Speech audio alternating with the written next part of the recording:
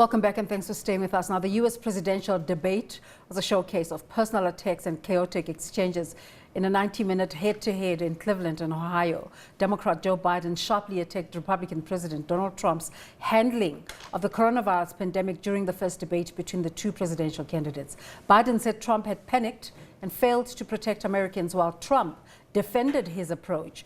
For further analysis on this debate, we're joined by international relations professor John Stremlau from Wits University. A very good morning to you, Prof. Thank you so much for making the time. A lot of analysis coming out for this debate. I'd like to perhaps find your thoughts about who won this first round of 3 debates. Well, I guess if you had to pick a winner, it would be Joe Biden, because he didn't lose his cool and he was coherent, and a reminder that you can get business as normal. What Donald is a very unusual person, to say the least, and watched these debates for 60 years, and the first one with Kennedy and Nixon. And I've never seen a candidate or a president behave quite like Donald Trump does. He certainly signaled this back in 2016 when he bullied Hillary Clinton on the stage. But yesterday was, or this morning early here, was really shocking in its chaotic and shouting match nature. It was a terrible spectacle. Just in terms of the issues, one would imagine that coronavirus or the COVID-19 outbreak comes up top. And some analysis that this was a relatively easy debate to fact check. President Donald Trump, why did he insist against the assertions of many public health experts' reports that a vaccine will be available soon, in weeks, he says, when most experts are saying it's going to take quite a while, at least next year? Well, you raise a very important point, because the COVID pandemic has hit America particularly hard.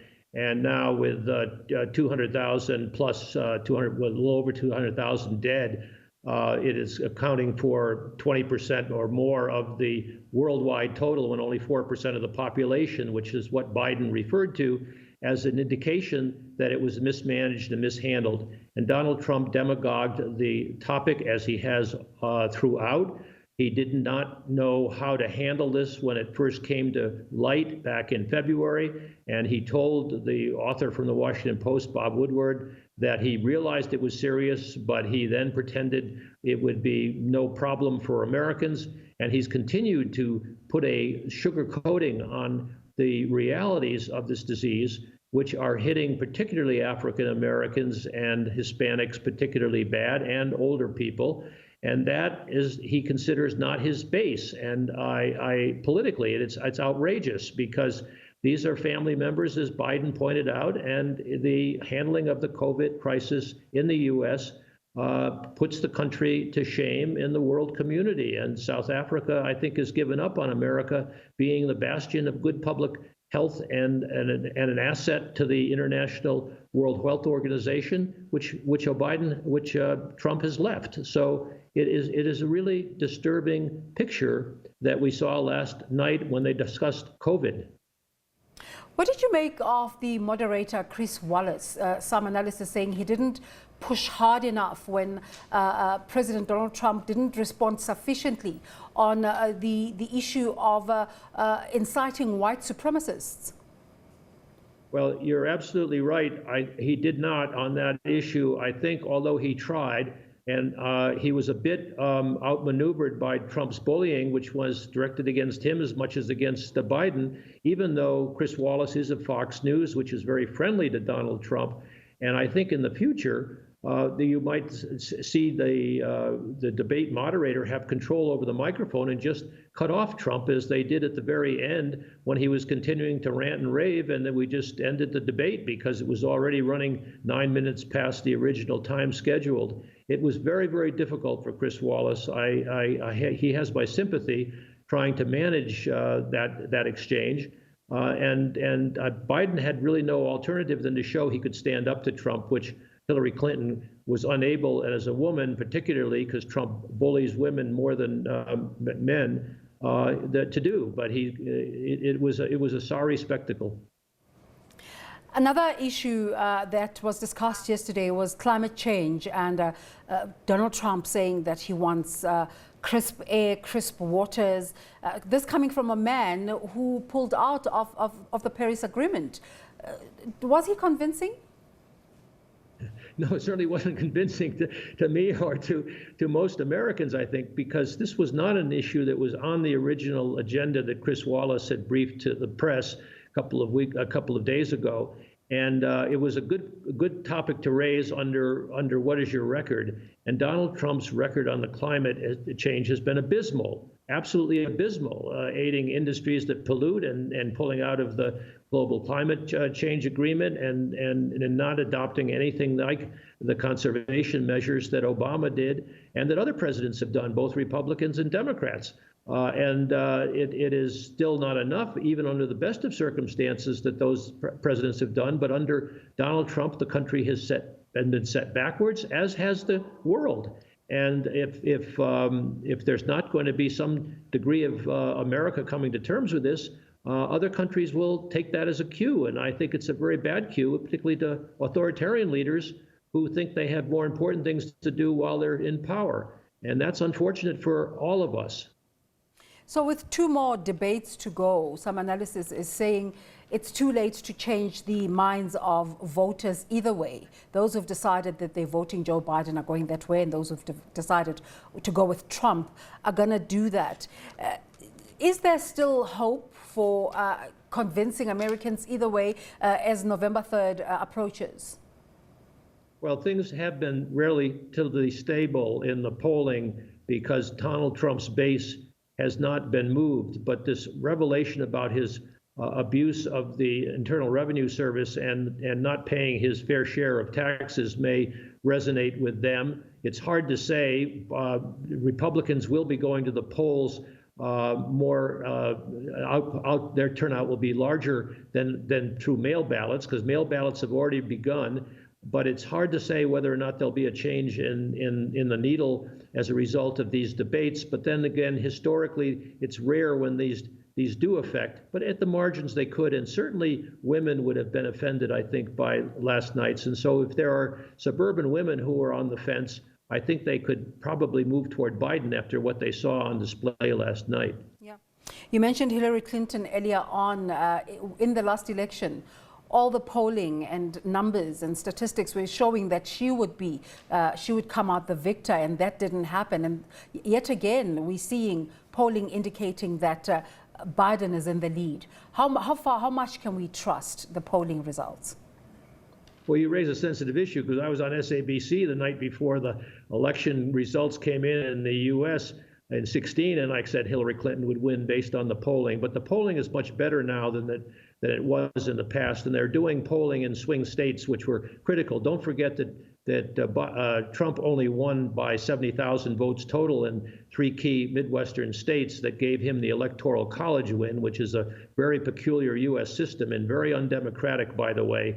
South Africa is blessed to have a Chapter 9 institutions and an independent electoral commission, which the United States does not have. And so consequently, the 50 states are very separate in their own running of elections, and it's not healthy for a national mandate for the candidate. But the campaign manager for Trump has already conceded that Biden will win the popular vote. Will Trump again win in the Electoral College? And that's the question that is very troubling, because it could go to the Supreme Court. And you heard last night that there was also a very antagonistic debate about the recent decision to Trump to try to push through this new court nominee, a very conservative woman, to replace Ruth Bader Ginsburg, who was a great admirer of the South African Constitution. So the next 3 weeks are going to be, or 4 weeks are going to be very tumultuous, I think, in American politics. But the voting actually will be the determining decision of what it is going to be a very difficult election. Just in terms of Donald Trump's debating prowess, what's your sense in terms of how he debated Hillary Clinton and how in this debate that we saw this morning? Has there been any improvement? No, I don't find that to be the case, except that when he's dealing with a man, Biden was ready for it. Clinton won, technically, in my view, each of those debates in 2016. She's much better on policy. She's much better on her feet. And at least this time, Trump didn't hover around Biden the way that he did offensively, I should have thought, to women. And maybe you can see the gender gap rising in the U.S. because of Donald Trump's behavior, so that could be a deciding factor in this election. But on the performance of the stage, he still uses the same old bag of tricks, pulling out these non sequiturs and exaggerations and falsehoods. But unlike in 2016, Trump was called out by both the moderator and the candidate Biden, because he does have a record. He's been in power for 3.5 years, and so there's something now to go on where there wasn't in 2016, and that's another big difference. Yeah. So what can we expect in terms of the follow-up debates? Well, I saw one commentator was speculating last night that there might not be follow-up debates because this last night was so absolutely awful and chaotic, and an embarrassment, frankly, to a country that claims to be a civilized democracy. Candidates should not be performing like they were last night. I was privileged to see the 2008 debate in Ghana between Kufuor and Jonathan Mills, and that was much more civilized and substantive than anything I saw last night. So we hope that that's going to improve. Just in terms of Yes. Why South Africans should be interested in developments in the United States, and how whichever way it goes, how that will impact South Africa's relationship with the U.S. South Africa's society has very deep ties going back to the anti-apartheid, pro-civil rights movement in the United States. And South Africa has fundamental interests in what is happening there, because we are struggling here with state capture issues, and the Republicans are trying to do that.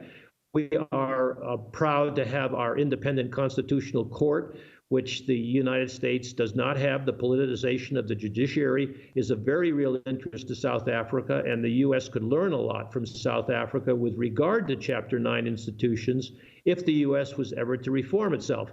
So my hope is that if a Biden was elected, there would be an early summit with Cyril Ramaphosa. Those two leaders are much more simpatico and likely to get along than certainly Trump and Ramaphosa. And so there would be at least a feeling out of what their mutual interests are, and maybe the restoration of a strategic partnership like we had with Bill Clinton and Nelson Mandela and Thabo Mbeki and Al Gore back 20 years ago. But we'll see. It's going to be a very interesting voting on November 3rd. Let's thank you again for your time this morning. My pleasure. Professor Stremlau there about developments in the United States that we will watch running up until the 3rd of November, when the election officially takes place. But of course, as we know, the results won't be immediate, as they wait for all the postal ballots to come through. So that remains a developing story.